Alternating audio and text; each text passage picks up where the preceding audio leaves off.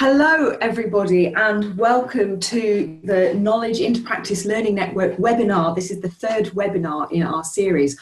I hope you can all see me. I should be at the top right hand corner of your screen. My name is Vicky Ward and I'm an Associate Professor of Knowledge Mobilisation based at the University of Leeds in the UK, and I'm going to be the host for today's webinar. I'm mainly going to be working behind the scenes after I've handed over to Travis, and I'm part of the team who are leading the Knowledge into Practice Learning Network. So hopefully everything is working for you okay. What I'm going to do is tell you a little bit about the network and then tell you how you can interact with us during the webinar. So first of all, who are we then? So the Knowledge into Practice Learning Network is an international online learning network, and we're dedicated to sharing advice, expertise, resources and learning opportunities about how people can link knowledge and practice together. And our vision is a world in which our daily practice, in whatever field we're working in, is connected to and informed by research and other knowledge for the good of society. So that's what we're all about. We have the ability for people to join the network. It's a network, so you can join us. And the benefits of joining are you can connect with others from around the world who are working in the knowledge into practice space. You can learn from and share your knowledge, experiences, successes and failures if you really want to. Contribute to the knowledge base about what works and doesn't in using knowledge to inform practice, and working to identify collaborative opportunities around knowledge into practice work. So that's who we are. That's a little bit about us and what we offer to our members. So you can keep in touch with us and connect with us in a number of different ways. You can follow us on Twitter at KMb Network to keep up with all our news. You can visit our website for information, resources and webinar recordings. So when this webinar has finished, we will be placing the recording onto our website, and we have a YouTube channel as well. But on the website, there's a huge amount of resources that are available there as well, training and development opportunities, toolkits, all kinds of things that you might find useful. So do have a look at that. And you can actually join the community, join our network by joining our LinkedIn group, and you can find the link for that on the website as well. And there we try to interact with the community. Our LinkedIn group is a space for people to be asking questions and to be interacting with one another. So that's a little bit about us. So how you can engage with us during the webinar then.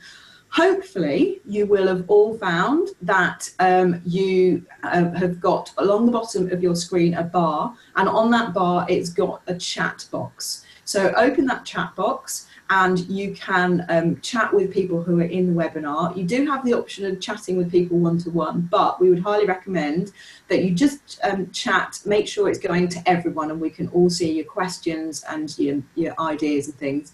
Travis, our speaker, is going to try and engage with questions as we're going along, but we'll see how that goes. But do ask questions, ask technical questions as well. I'll be there, and also Robin is going to be there, who is doing our Twitter during the webinar. So to keep in touch, the other way that you can engage with us during the webinar is to tweet as well. So share your aha moments using the hashtag KMb Network, KMb, which is just there on the screen. So do make sure that you do that. Tell us what you think after the webinar via a survey as well. We're going to be sharing a link to that in the chat box right towards the end of the webinar. So do make sure that you fill that in, because that's going to make the what we're doing and these webinars better going into the future. They can help us learn about what's working and how we can improve things. And that would just be great to hear from you and to get some feedback. And do join our LinkedIn group as well. So I think that's about it from me in terms of how to engage with us and what to expect from the webinar. So I'm just going to introduce our speaker now, Dr. Travis Sztainert. So Travis is a knowledge broker at Gambling Research Exchange Ontario, based in Guelph in Ontario. And it's an independent knowledge translation and exchange organisation. that aims to eliminate harm from gambling, and they support evidence-informed decision-making in the development and implementation of responsible gambling policies, standards and practices. And they work with a whole range of different stakeholders. I had the great fortune of visiting them when I was out in Ontario last year, and it's a fantastic organisation with a lot of great really fun people working there, and Travis is one of them. So Travis has got over 10 years of experience in the gambling field, and he did his PhD at Carleton University around gambling, and during that time he developed a really keen interest in knowledge transfer and exchange, and developed a graduate level course and did a whole host of different things. So at Gambling Research and Exchange Ontario, he works with different stakeholders and uses his knowledge and experience to provide research expertise and knowledge to transfer advice to stakeholder groups as well. So we're really, really looking forward to hearing from Travis about nudging and what we can learn about that and how that can influence and support our work as we work in this knowledge into practice space. So over to you, Travis. Great, thank you very much. Hopefully everybody can hear me okay. If somebody can, please type into the chat box. You can hear me okay? Anyone, not all at once, maybe you can't hear me. Yes, okay, good, great, thank you. Hello, everyone. Nice for everybody to come out. We got 58 people with us today, so that's pretty big. I'm gonna try to make this quick. I made it for an hour. Hopefully it won't take over an hour. If you have to drop out sooner than that, please, I won't take offense. So we're gonna talk about expanding the KMb Toolkit, nudging your way to lasting behavior change. So let's get right into it. So first I wanna start with a poll. I want you to spot the nudge. Consider 2 cafeterias that want to encourage students to choose healthier options and eat less junk food. School 1 puts a tax on unhealthy food and removes extremely high caloric foods from their menu. School 2 puts healthy food at eye level within an arm's reach at the checkout counter. Junk food is then placed on higher or lower, harder to reach shelves. Which one is the nudge? So I'm going to launch the poll, and you should see it on your screen. You should be able to answer.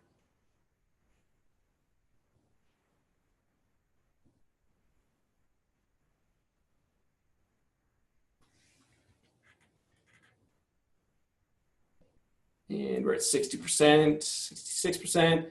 Once we get to 75, we'll stop it. Okay, end polling. Share results. So you should be able to see now that school 2, 93% of you picked that. 3% of you picked, or 3 of you, or 7% picked school 1. The answer is actually school 2. So school 2 puts healthy food at eye level. And they actually did this in a cafeteria at a school. And what you saw is that when healthy food was more accessible and junk food was less accessible, that sales of healthier food increased by 18% and junk food consumption decreased by 28%. So just by doing this simple little thing, just by tweaking the environment, you can get this massive change in food consumption. So before we begin, I just want to get a sense of who here knows about nudging and behavioral economics. I imagine it's quite a few of you, given the initial poll that you all got it right. But if you could just answer the next one, I just want to get a sense of who we have on the line here.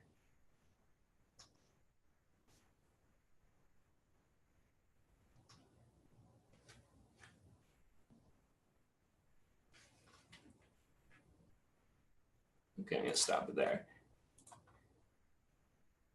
So you should be able to see it. It seems like most people have once read an article about it. So that's good. I think that's why most people come to this, is that they're interested to learn more. So hopefully this will be a great crasher course on what nudging is and how we can possibly use it. And so of those that have heard about it or who are expert nudges, I just want to get a sense if you've used them at all in your day-to-day lives. So just going to do a third last poll here real quick.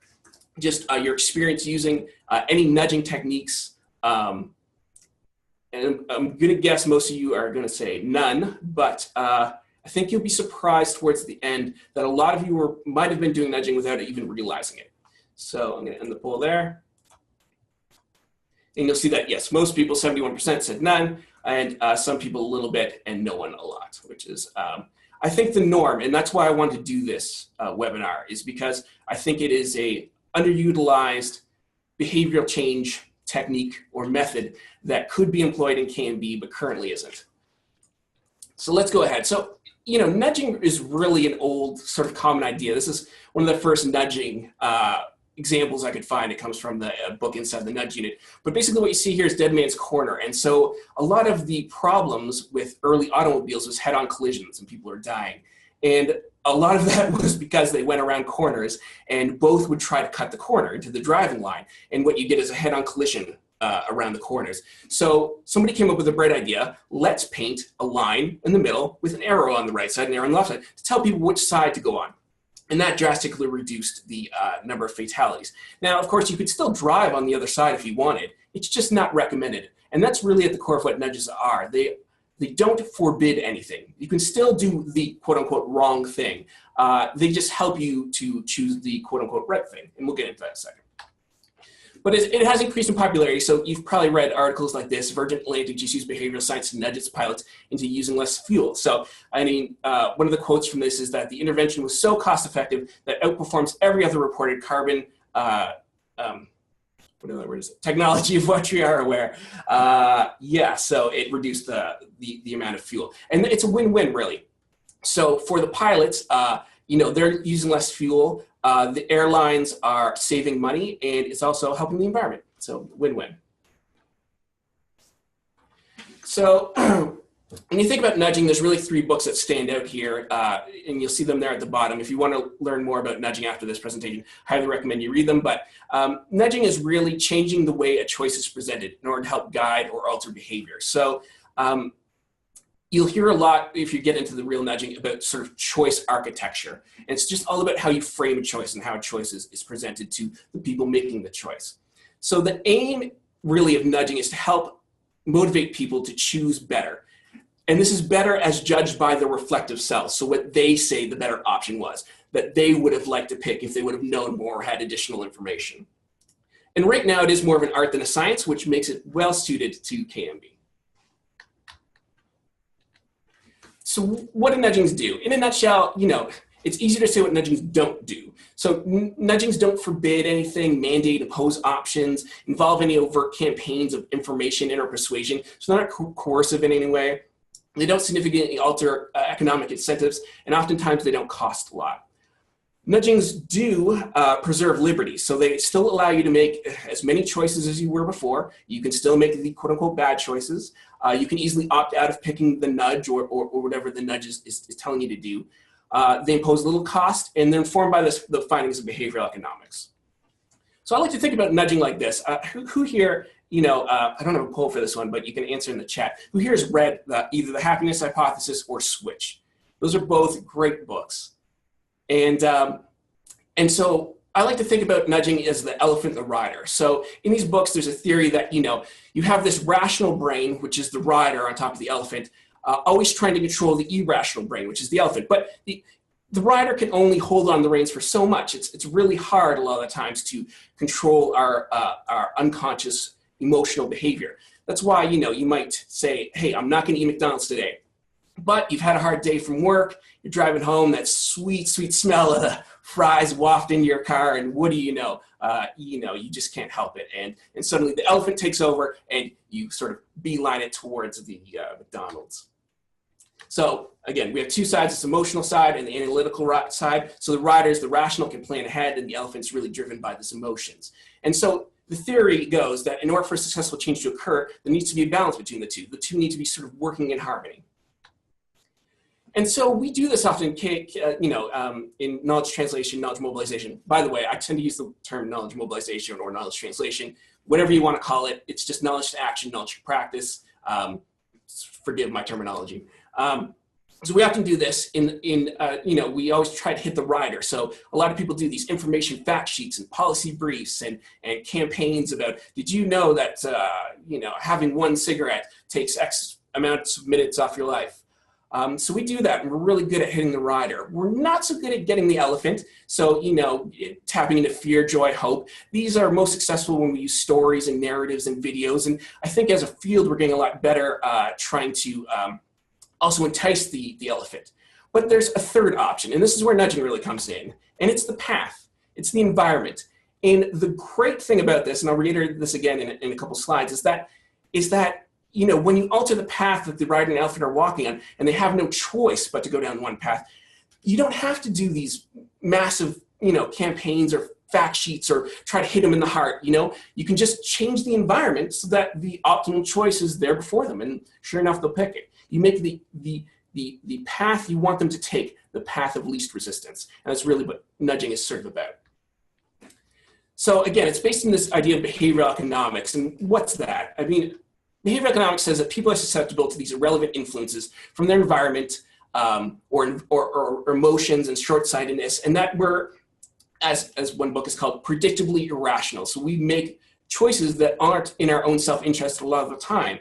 And so, the standard economic model would say, we're always completely rational. We're like, the Vulcans from Star Trek. But that's not how actually we operate. And so because we're irrational and predictably so, we can actually harness those irrationalities, and we can sort of use them to our benefit instead of our detriment. And so if you're interested in behavioral economics like me and a nerd, please please read any of those books. They're all great. So how has it been used so far?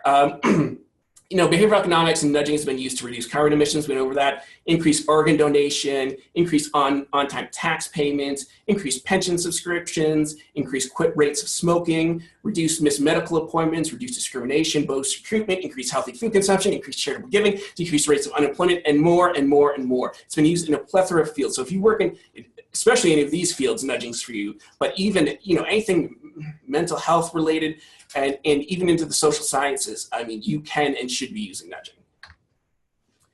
So how can you use this? Again, nudging is really focused on behavior change. So, if your goal of your KMb or KT plan is to change attitudes or to raise awareness, then nudging isn't for you. If your goal is to actually change behavior, so you want to implement something in the real world, then nudging can help you do that. So it's most useful when you either want people to stop doing one thing that they're doing or to start doing another, or both.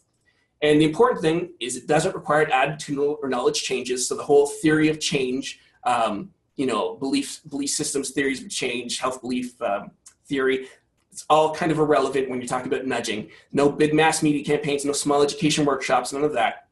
And it relies on correcting or taking advantage of these innate cognitive biases. So what I'm going to talk about today is I'm going to talk about really two types of nudging. There's multiple ways to classify them, but I prefer the classification done by Dilip Soman, in that there's sort of mindful nudges and mindless nudges. So mindful nudges help guide people to a more controlled state so that they're reflective and they choose more wisely, whereas mindfulness nudges sort of work underneath consciousness, and they're the more fun ones. You'll see that in a second. Okay, so let's start with mindful nudges. So mindful nudges, ways of changing human behavior, but making a person more conscious or aware of the choice they're making. So really what they do is they make people take a step back and say, hey, whoa, what am I doing in this moment? And maybe I should think a little bit more about my behavior. So, we've all been in those, like I said, hot states, whether it be gambling or any other behavior where you're sort of in the zone and you're not really thinking clearly. And there it's really easy to make choices that aren't rational, that aren't in your own best interest. So what these really do is try to help people stop, take a step back and look at the situation. So we're going to talk about the four there, boundaries, alerts, earmarking, mental accounting, and partitioning. So let's start with boundaries and barriers. So boundaries, these are really useful when you want to stop people from doing a behavior, especially a behavior that's bad for them. So, the more boundaries, the more steps it takes to make a choice, the harder it is to commit to that choice. So it's really effective in curbing bad habits. So boundaries make it increasingly more difficult to making a negative choice. A great example that I use is not putting a lock on your fridge, but you can't do that one. So, if you want to stop yourself from snacking, some people do this, is they put a lock so that every time they need to go into the cabinets to snack, they have to first find the key, unlock the lock, open the cabinet, and get the food. What I do is I do the even better version. I just don't have snacks in the house. If I want to eat unhealthily, I literally have to go find the car keys, get in my car, drive to the convenience store, buy my chocolate bar, and then come back. So I put boundaries between me and the unhealthy activity that I'm engaged in. So a great example of this was sort of alluded to in the intro to this webinar topic. one of the problems that pharmacy makers, and especially the makers of Tylenol, had come into is that people were overdosing and committing suicide with their sort of Tylenol, and they didn't want to be associated with that. So what they needed is a way to stop people from being able to take 50 to 100 pills, a whole bottle, dumping it into their mouths. And so they thought, let's make it just a little bit more difficult for people to do that. And the way they did that is create blister packs. So now, if you want to sort of overdose on Tylenol, you have to, one by one, push out these pills into your hand. And hopefully by the time it takes you to get 50 or 100, you've recontemplated what you're doing. And this was very successful. It decreased overdoses by 43%, which is a great stat. I'm going to show you this next one. When I play this, you should be able to hear the audio and you shouldn't be able to hear me, but I'll set up the premise that a lot of people wake up late and that's a bad habit. And this aims to sort of fix that. Let me know if you can't hear it.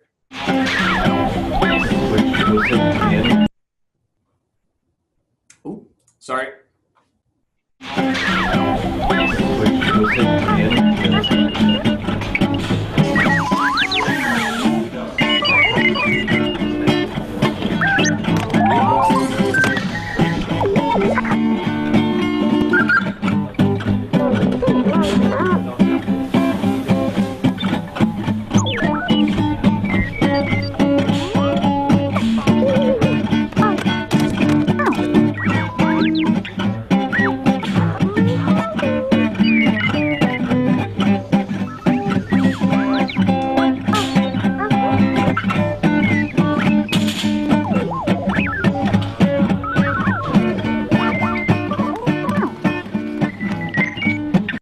So I'm going to stop it there, but you get the gist that it is an alarm clock that moves. So in order for you to shut it off, and it's 120 decibels, in order for you to shut it off, you have to run around the house and chase this thing that's beeping at you. They recently made a new one. It's not called clock, it's called Ruggy. So it's an alarm clock in a sort of nice, soft mat that sits beside your bed. And in order to shut it off, it needs 45 seconds, I think, of continuous pressure over 100 pounds. So it's not good for kids, but it's a nice way to wake up in the morning. It's soothing. You can also get to play you little voiceovers, like you can record your daughter or something saying, good morning, Dad, I love you lots. And so it's really kind of cute. So those are the type of barriers to put in place to stop bad habits. So that's barriers. I also know I talk really fast. So, if you can't make sense, please type it into the chat box. I'm being told I talk a little quickly. You get a little excited. Sorry about that. So another one we're going to talk about is alerts and feedback. So alerts is something people already use. Setting alert on your phone or computer can help you be more conscious of your daily choices. So something that I do is I'll set an alarm on my computer that goes off every 2 to 3 hours, and it just sort of checks in and lets me know, hey, are you doing work right now, or are you on Facebook? And you can get specific apps for this too that help block Facebook after a certain amount of time or give you warnings, and those can be very helpful. But even better than an alert is feedback. So this is sort of continuous information that tells you something's about to go wrong. So something isn't wrong, but it's about to go wrong. Of course, you want to be careful with both alerts and feedbacks as tools, because too many of them and you'll just ignore them. We all get those emails, 100, and then we just go through and delete every time we get. So a great example of this has been taken by Fitbit and Polar and other fitness apps that give you a warning when you've been sitting for too long. It says, hey, this is an alert. Maybe it's time to move. But you can also get feedback. So you can also see your progression throughout the day. And anytime you want to see how active you've been, it gives you real-time feedback there. A great example of this, another great example of feedback is sort of these road bumps. If you're falling asleep, and they are certainly going to alert you and give you feedback that you need to pay attention to the road and get back on the highway. And this was interesting. This was just posted 2 days ago. So I saw this, I thought it was kind of neat. It is a wearable that will shock you if it thinks you're going to sleep. So I imagine this would be best to be used for truck drivers, but, and I hope the shock isn't too much that it'll veer you off the road, but it's just something, we know that pain causes alertness. So it's something to cause a little bit of pain to help with alertness so that you don't drive off the road. Okay, let's talk about earmarking and petitioning. So earmarking and mental accounting sort of go together. They're when you try to separate money or anything into different categories like groceries, college, leisure, savings, so that, you know, when you're done with one thing, I've used up all my leisure money, I can't go out anymore because I just don't have any left in that category. And so it really stops people from sort of overspending and encourages self-control. And partitioning is sort of similar, but instead focuses on separating other forms of consumption like food, drinking, internet, or TV. So research has shown that, you know, people are less likely to eat, well, people eat less junk food if their junk food's in a smaller bowl. So you give people a large popcorn container during a movie, they tend to eat it all. You give them a small, they tend to eat it all. But by giving them a small one, they're eating less. And I'll just show a great little video on this one.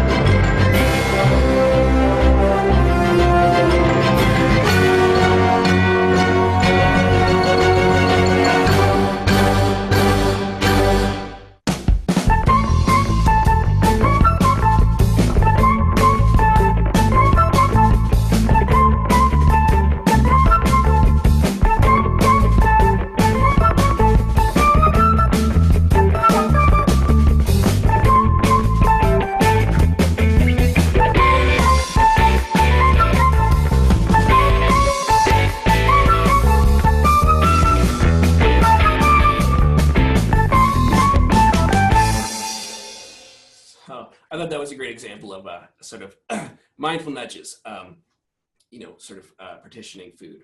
So now let's talk about mindless nudges, sorry. And these are sort of my favorite. You'll see why. So these change behavior without the person being aware of it. So it often includes very subtle changes to how a choice is presented or how an environment is structured. So some of the ones we'll be talking about is default and opt-in, framing, anchoring, social influence, and the environment. So mindless nudges. So these are probably one of the most powerful types of nudges that have been studied. So when people sort of use a new product or start something new, they're much more likely to keep whatever the default setting is than to change it. Choice is hard for us, and especially if you've ever read The Paradox of Choices, it's a great book, but when the choices are plentiful, it takes a lot of cognitive effort to actually sift through all the choices and make a choice. So the more choices you have, actually, the more likely it is that people will stick with the default option. And once they pick that default option, they're really unlikely to change from it because they feel like they're going to miss out on something, that they've already made their choice, and what if I change to something else and I don't like it? And you get regret and that sort of bias coming in. There's also this, and that's called the status quo bias. It's also called the yeah, whatever heuristic. Yeah, whatever, I already picked. Like, I'm fine with it. It's not bugging me, so I'll just keep with the default. Again, people often find choice a nuisance. And so if you look here, you'll see two graphs. This is organ donation, rates of organ donation. You'll see that some countries have really low rates of organ donation and some have really high rates of organ donation. The difference there being, is it an opt-in or opt-out strategy? So in Germany, United Kingdom, Netherlands, Denmark, you have to opt in to be an organ donor. It's the same with Canada and the US. Whereas in Belgium, France, Hungary, Poland, Portugal, Sweden, you're automatically enrolled as an organ donor and you have to opt out. So that's the only thing, just changing the opt-in, opt-out, and you get these massive rates in organ donation. And the funny thing is, when you ask people in Canada and the US, in Denmark and Germany, how many of you would like to be organ donors, you get results like you do on the right in Belgium and France. 99, 98% of people want to be organ donors. They just find it a nuisance to do so. So by changing the default strategy, you're making it easier for people to pick the choice they want. Another one that was given was payroll giving. So giving a certain percentage to charity. So again, when there's an opt-in strategy, maybe 6% in this organization chose to give to the charity, whereas when it was an opt-out, you're automatically enrolled like everybody else, 50%. So that's sort of the default. Framing is an interesting one. So framing, what that does is it presents the same situation from a different perspective. So people don't like to lose things. So if you present something as, this is a limited time offer, and if you don't take it, you're going to miss out, or this is the way that the field is growing, this healthcare field, everybody's doing X, Y, Z. If you don't do it, you're going to be one of the last. You're going to miss out on this great new opportunity. That's very powerful to people. So people don't like to miss out on things. And you can also play with framing, in other ways as well. Who wants to eat 5% fat cheese? Wouldn't you rather have 95% fat? Well, cheese is a bad example. Anyway, I don't know what's 95% fat for a cookie. Would you rather have a 2% charge for your credit card or a 2% cash discount? And would you rather spend $600 for an annual membership to your gym or $12 a week? It doesn't sound so bad. So just the way that you frame the situation or the problem or the choice can have a large consequence. And a great example of this, yeah, I like this. How many of you would drive across town to save $10 on a $50 microwave? You go in and the salesperson there says, listen, this $50 microwave, it's $40 across town in our other store. I think most of us would probably go and drive there. But how many of you would drive across town to save $10 on a $50,000 car? So again, the difference is the way that you frame the situation will predict what people do.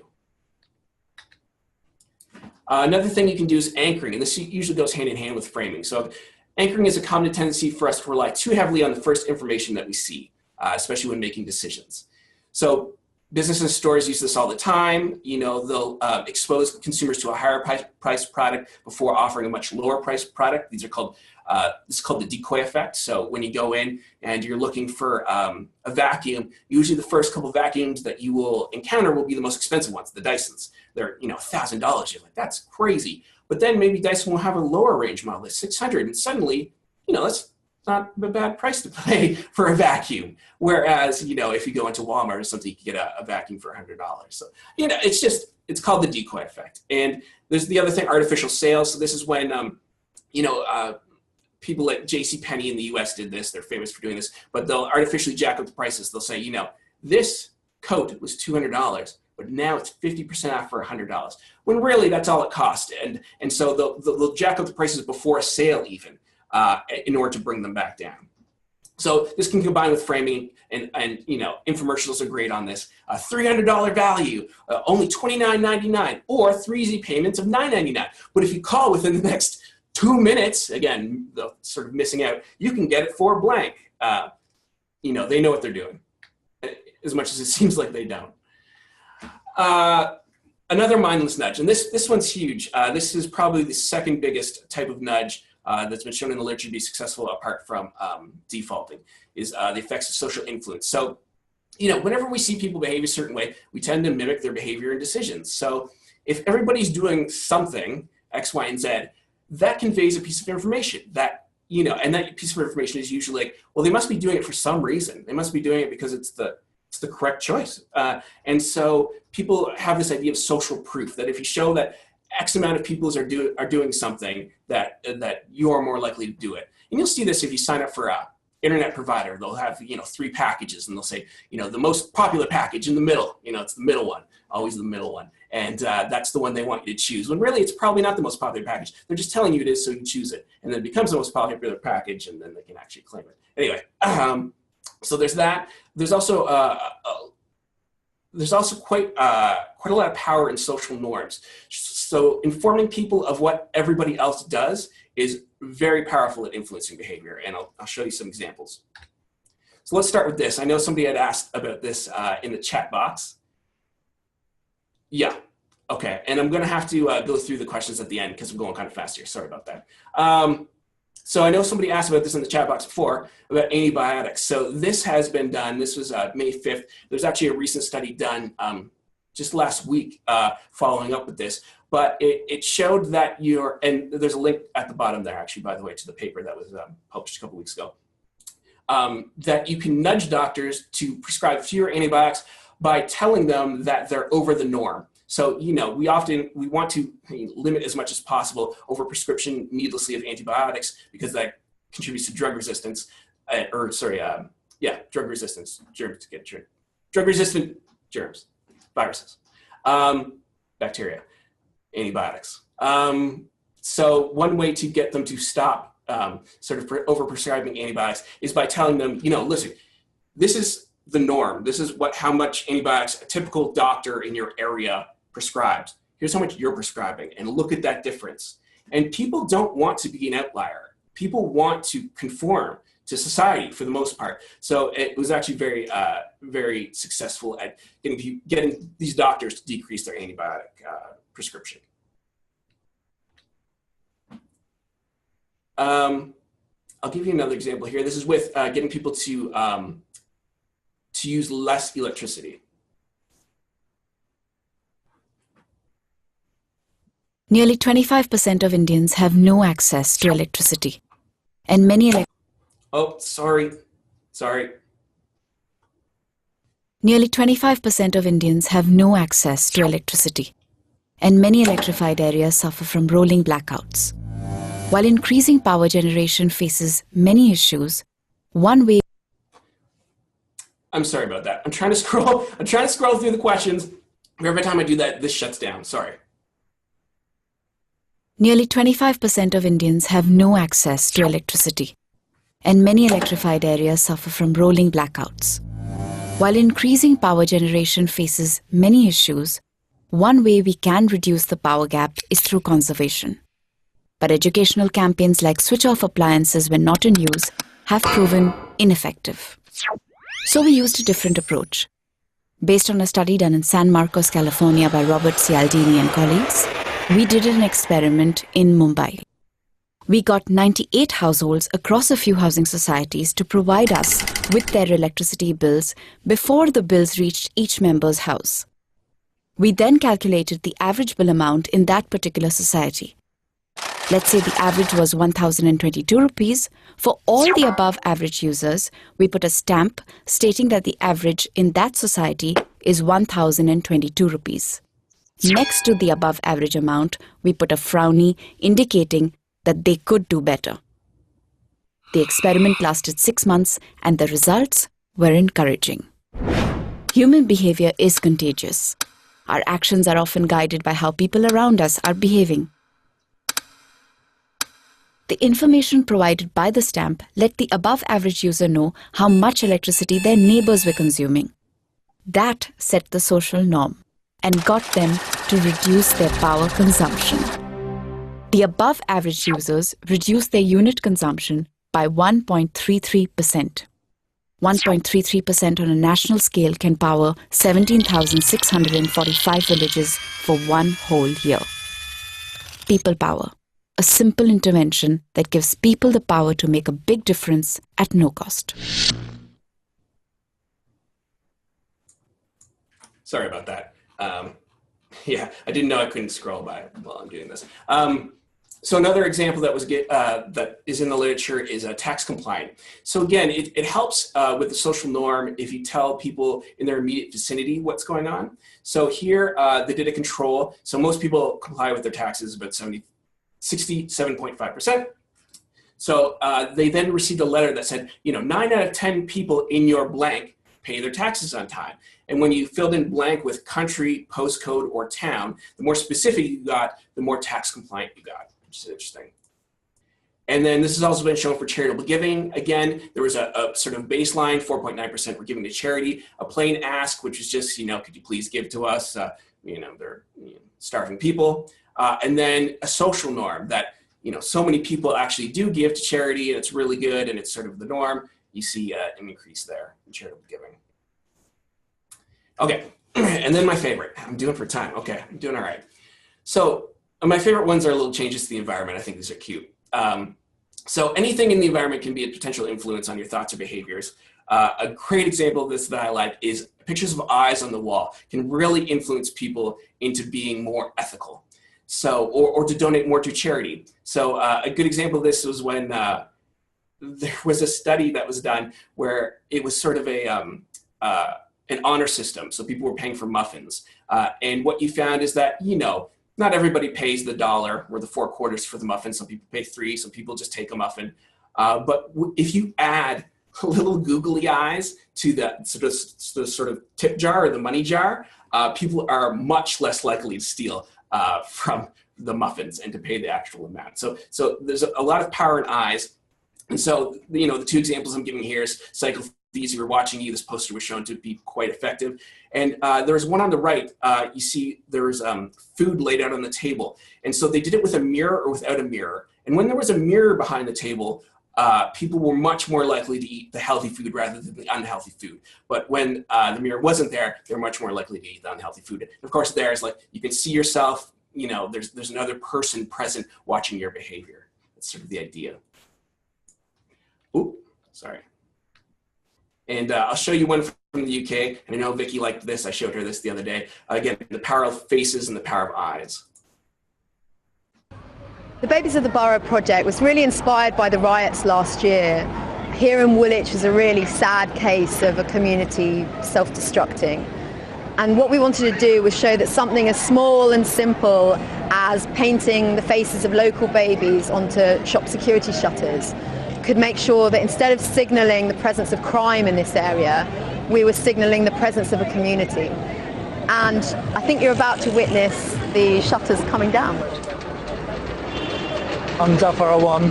I'm owner of Cell Phone City mobile phone shop in Woolwich. The baby is called Max. He's one of the local children around here, and is part of our effort to make the local area friendly and bring a smile to people's face who walk past this place. Unfortunately, we can't keep the shutters down long enough. Obviously, we need to do a business during the daytime, but if we could, we'd have crowds of people outside. Ultimately, it's a social. So I thought that was a very cute example of how you can use faces and ideas. And I see there's a question. Okay, is there a sweet spot for stating that blank % of the population is doing X? I'm assuming it should be the majority, but how much? You can actually make that number up if you want to. Ethically, you probably shouldn't. You should actually have a real social norm number. The idea is, I would imagine you take the mean. And then within one standard deviation, you could probably say that the majority do it at this level. Is there an optimal level that you could make up? That's a great question. Here's the problem with using social norms and numbers like that is that if you say the majority of people are spending $100 on gambling, let's say a month. Well, that will surely discourage the excess gamblers from gambling too much. They want to come back down to the $100 norm. But that'll also encourage people that don't spend enough to move up to 100. So you have to be very careful because it's a double-edged sword when using social norms about what to do. But that's a great question. Sorry, back to my slides. Another great environment is using social cues. So drawing people's attention towards the thing you want them to pay attention of. And so this has been used, I believe it's Denmark or somewhere in Europe, Northern Europe.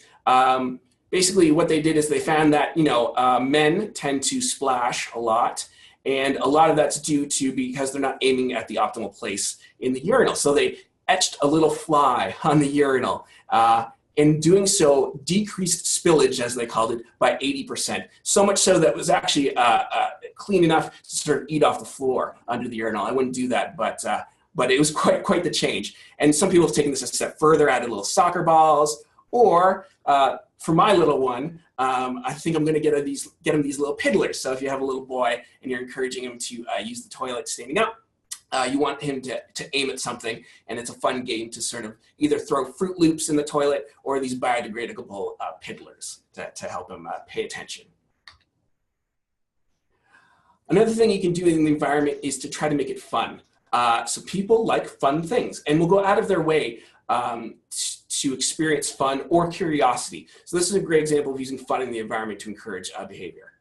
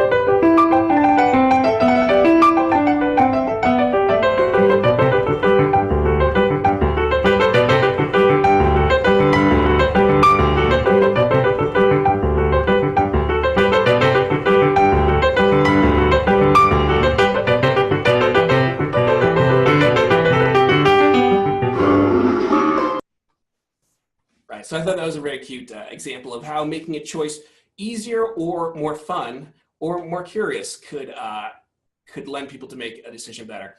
And I see the question from Megan about, do I ever worry that about positive versus negative nudging? So how nudges might have negative consequences, especially unintended negative consequences. Absolutely. It is exceedingly important whenever you're doing a nudge to actually evaluate the behavior that's going on, because there could be unintended consequences, and I am going to get to that in a little bit. Okay, so environment and usability. So another thing is, again, this all comes back to making the choices as easy as possible.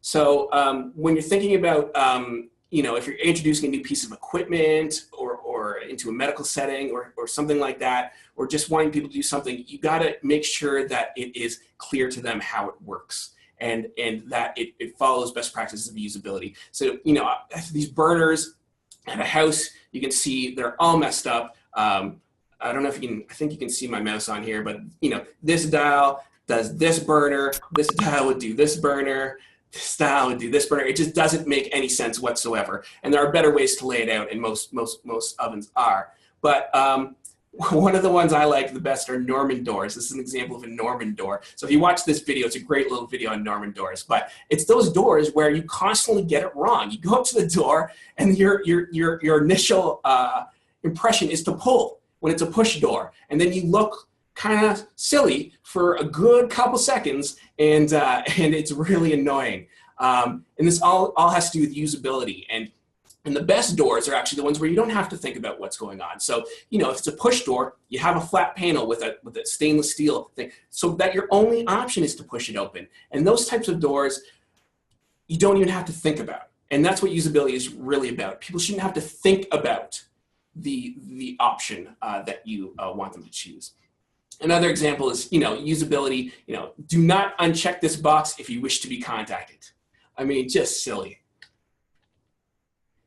And when thinking about usability, we need to think about, again, things like typeface. So this is a little video about the sort of what happened at the Oscars. So I think you'll like it. There's this moment at the Oscars right before La La Land was mistakenly awarded Best Picture where you can really tell that whatever Warren Beatty is looking at doesn't make sense. For Best Picture. He knew something was wrong, but he wasn't sure. But here's an idea. What if better typography could have prevented this whole snafu? Let's walk through what that could have looked like. Moonlight. We know from this shot that the announcement card looks something like this. The card is serving two purposes. On one hand, it's a beautiful souvenir for the winner, and on the other hand, it's a cue card for a very high-pressure public presentation. So how do you make this easier to read in front of 30 million live viewers? Well, let's look at how the card compares to the line that the announcer has to say. We read things from top to bottom, but at the top is Oscars. That's not useful information for the people on stage at the Oscars. That's like a few milliseconds of extra time that those presenters have to go through to, when they're presenting, they have to go through all this information. That's Benjamin Bannister. He's a graphic designer who put together an alternate design for the announcement card. It's like driving on the side of the road. You literally have a few seconds to read all the signs and make sure you get the essential information, otherwise you're going to make the wrong turn. Best Actress should be the first thing on the page. Make it a little easier to read, and now the presenters have a clear sign that they've got the wrong card. But this still treats the winner with the same emphasis as the movie they appeared in, which, while it's nice to have, is really just extra context. You solve that by making the name of the winner the biggest thing on the page. If the presenters were given this card, one of two things would have happened. Their eyes would have first read Best Actress or Emma Stone, not La La Land. You can apply the same fix to the card that prompted Steve Harvey to crown the wrong person Miss Universe in 2015. I have to apologize. No bad typography, no confusion, no embarrassing mix-up. The consequences of bad... So just for the sake of time, I'll go forward because I'm realizing it's 1:55. Encourage you to watch all these videos. They're really entertaining. So yeah, what are some considerations? So one of the biggest considerations with nudging is that people don't like to be influenced. If I know that you're trying to influence my behavior, I'm going to go against it, just on principle. And so too much nudging can be a really bad thing. There's a trial grocery store, I believe it's in El Paso, or I forget where it is, but there's a trial grocery store where they try these different nudges to get people to consume more vegetables and less processed food. And what they found is that, you know, when they introduced 1 or 2 nudges over time independently, they were successful. But when you bridged them together, people sort of caught on what they were trying to do, and reactance happened. So people, you know, went against buying the vegetables.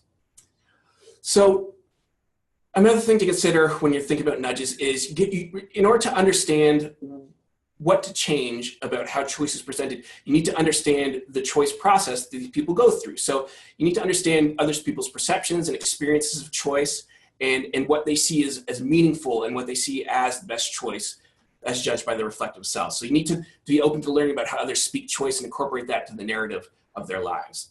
And there's also ethical considerations with nudging. So again,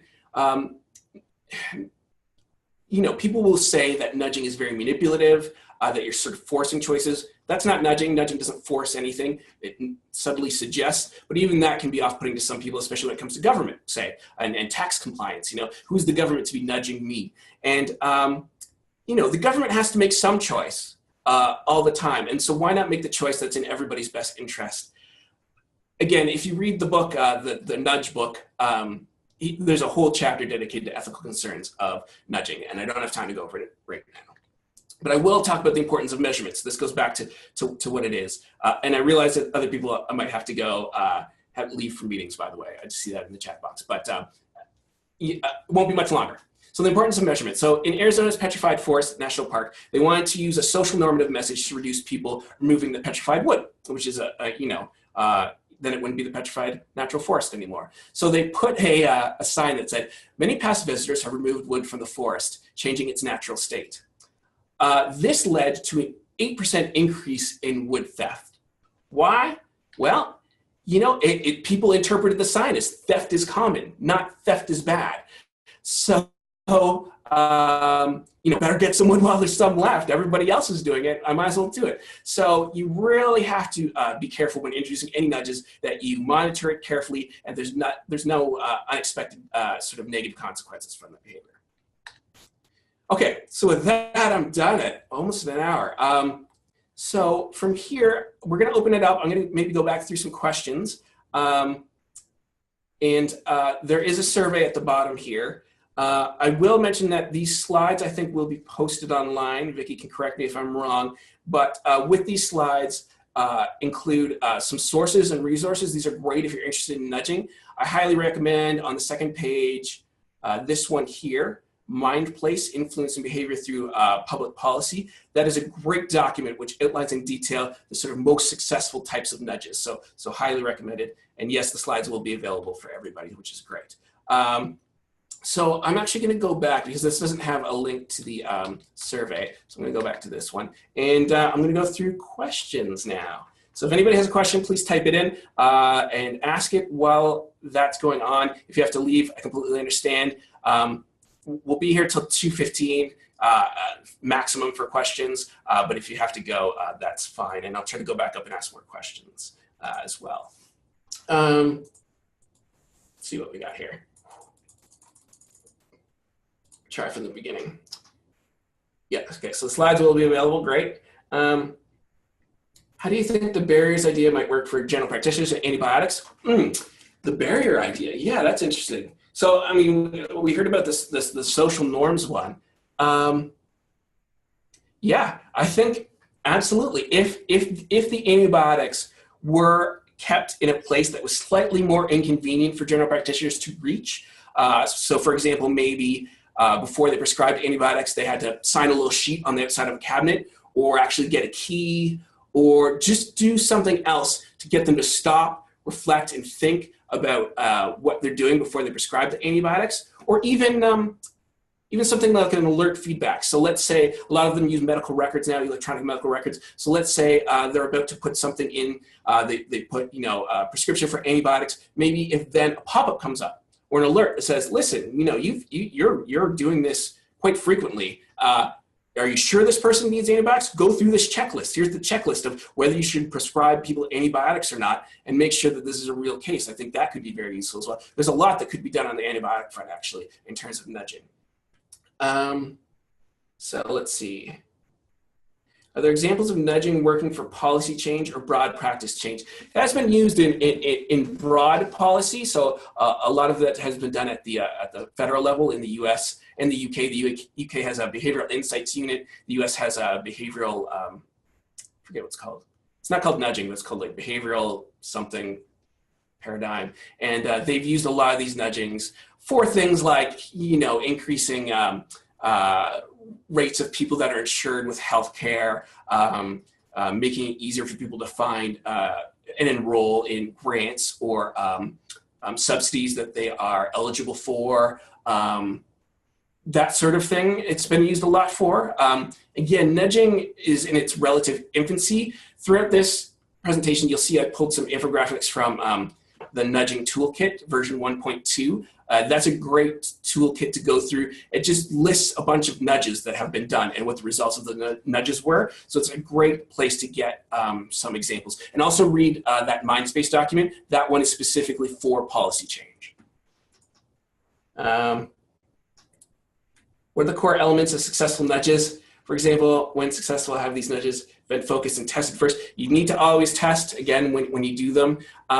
Core elements, that is the problem, is that because it's so new and because it's more of an art than a science, there aren't any necessarily best practices, but there have been shown best nudges, and those are laid out in the Mindspace document about which ones have been shown over time, over different contexts, to be the most successful. And yeah, defaults, social norms are two of the big ones there. And research, some of this is called leading your participants. Yeah, that's a great comment, I think. Let's see. Oh yeah, okay, that's good. That was just somebody posted the link to that news article about doctors being nudged to prescribe fewer antibiotics, so that's great. The sweet spot question, I've got that one. Do I ever worry about the positive and negatives? Absolutely. So, I mean, you know, part of what I hope we got from this is that there are other ways to reach people other than just trying to tap into their rationality or their emotions, and that, you know, we really can maybe use some of these techniques to drive behavior change when we want, to prevent, to stop them from doing something, you know, that they don't want to even do, as judged by their reflective selves. Yeah, the ethics of nudging, again, is very hard. And yep, you're right about sitting down to pee. You start them, definitely, little boys, sitting down before you before you add in the Cheerios or the Fruit Loops. Yeah, maybe they can learn to stand when their aim's a little bit better and their motor functioning is a little bit better.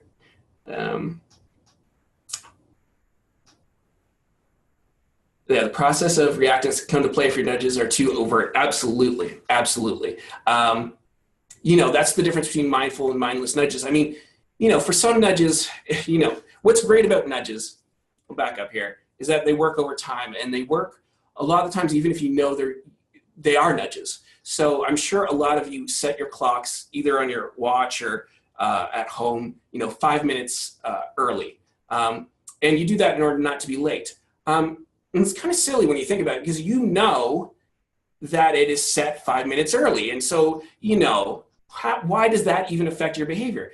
And, you know, this is actually taken from a webinar on nudge, but he says that it works because it works when it has to. So when you're under a high cognitive load, when you're rushing around and you might be late for something, then you look at the clock. You don't have time to do the mental accounting and the math and add it up. You see that, you know, that it's 5 minutes past 2 o'clock. You say, I need to be out the door at 2 o'clock, and you get out of there. Whereas, you know, when you're not in a rush and you're just like, hey, what time is it? You can take the time to do the mental accounting so that the nudges work when they need to work in the situations they need to work. And things like alerts that you set yourself, you know, they are, you know that you set them. So they're overt, but they were under your control. And I think that is the most important piece of nudging, is that people don't feel like they're being manipulated. Because as soon as somebody feels like they're being manipulated, you're going to get reactants. Oh, can you go to the final slide because people can't click on the link to the survey? Okay, I'm going to go to the final slide. Sorry about that.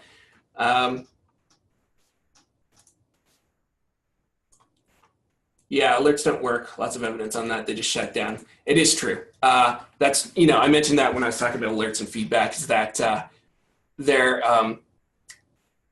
yeah, a lot of people just click through them. And even if you just close them down, you know, how many times you got a pop-up and you just exit out?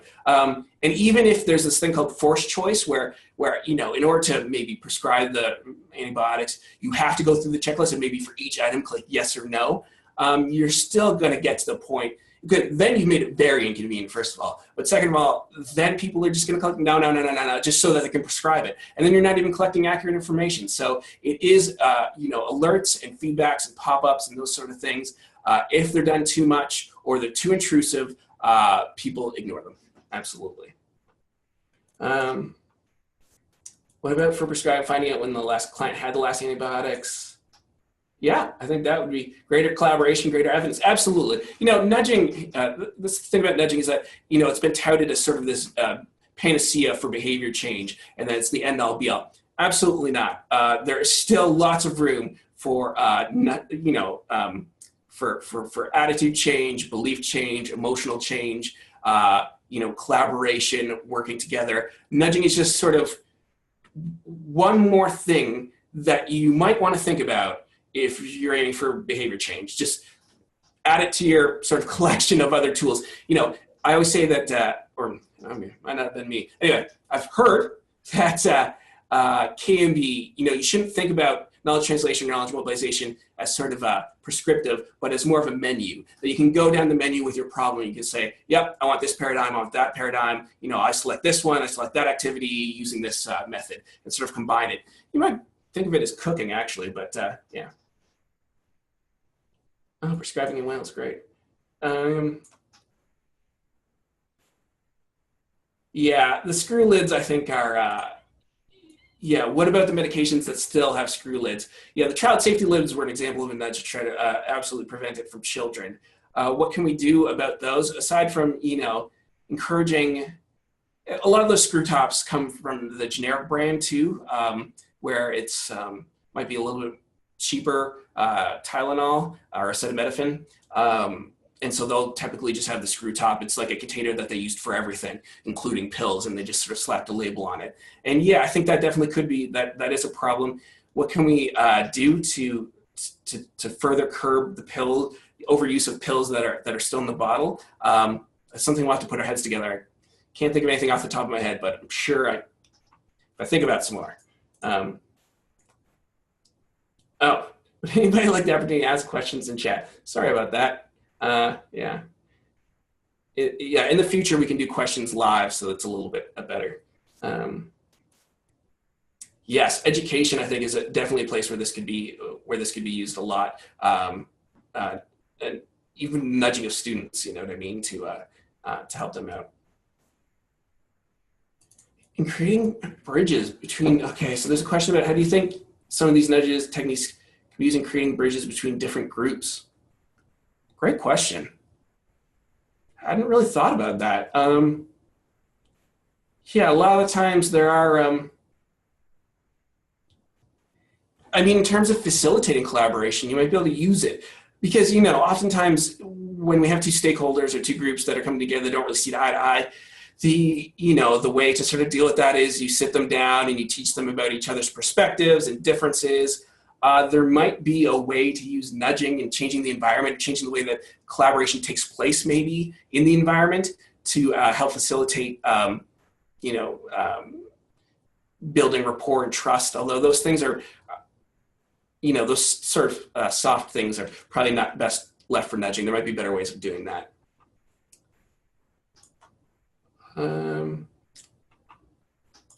Nudge has been applied to mental health. Where can I find some with mental health presentation? Yeah, coming across mental health. I mean, not that I can think of. Maybe in the Nudge Toolkit. It's been a while since I've looked at that, arguably. But I mean, I think things just as, you know, if you want people to use mental health services, you need to put as few barriers in the way as possible. And I think a lot of the problem in access right now is that there's too many barriers, right? Making the preferred choice, and in this case, the preferred choice is seeking treatment and getting help, as painless and easy with one click, with one visit. I really like the sort of no wrong door policy that's happening now in public health. I think that's great, that people can get the treatment they need without jumping through hoops.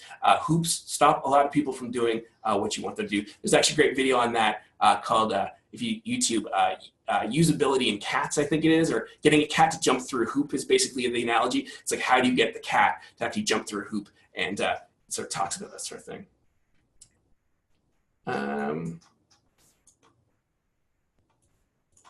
Let's see what else we got here. Some resources, great. Mental Health Project. Yeah, if anybody wants to talk about nudges, as you can probably tell, I get excited by them and I like them a lot. So, I'm always up for chatting about ideas and just brainstorming. I think they're really neat, and please do. Do visual versus active engagement nudges work differently? Not really sure. Visual versus active, like mindful versus mindless? Not quite sure what that one. Man, I got 28 new messages. Okay. Yeah, if you want to get in touch, please don't hesitate to get in touch with me. All sorts of nudging, autism, visual acting. See something versus the need to engage. Yeah, that's an interesting question. I think push a button versus see a picture. Oh, yeah. Well, I mean, I don't think there has been. I don't know if that would really fit into nudging. Yeah, does seeing something work as well as having to do something? Okay. Yeah, I mean, a lot of them are just seeing something and you don't have to do anything. I don't know if there's any evidence of the efficacy of that. Let me just flip through a couple slides here. I have additional slides, of course I do. This is just thinking about nudging as a behavior change. I'm gonna go through that. But these are some interesting articles about the efficacy of nudging. But I don't think any of them really talk about that sort of difference between active engagement in the nudges and sort of passive, just looking at something. I know both can be effective. I mean, it's been shown in the literature, but whether one's more effective than the other. Yeah, in education, we talk about kids needing to be active in their learning. Yeah, absolutely. And I think, perhaps in education, you are more targeting the rider than anything. And we know that, active engagement helps with deep learning as opposed to shallow learning. Is there a way we can nudge people towards more deep learning ideas? Maybe. I mean, okay, so an example, there was a study that was done. They gave a bunch of college students trick questions. So these are questions, like if there's a baseball and a baseball bat, the baseball costs 10 cents and the baseball bat's $1 more than the baseball. How much did the baseball bat cost? And most people say $1 or something like that when it's really $1.10. Anyway, there's these trick math questions that are out there. And what they did is they gave them to college students, and half of them, they gave them these questions in really tiny font, so they really had to concentrate to read the question, whereas others, they gave them in big font. And sure enough, the college students that read the trick questions in a small font that had to concentrate more did better on those questions. So that might be a nudge in and of itself, sort of forcing deep learning by changing typography. I think that might be a cool way to do it, just off the top of my head. Yeah. Okay, so with that, it's 2:15. I realize that it's time to end here. So I want to thank everybody for sticking around. Hopefully this was helpful. I get excited by it, so I just wanted to share it with everybody else. So thank you, everyone. And please do join the LinkedIn group, and we sent around a survey for the evaluation. Please complete that as well. Thank you very much, everyone. Bye.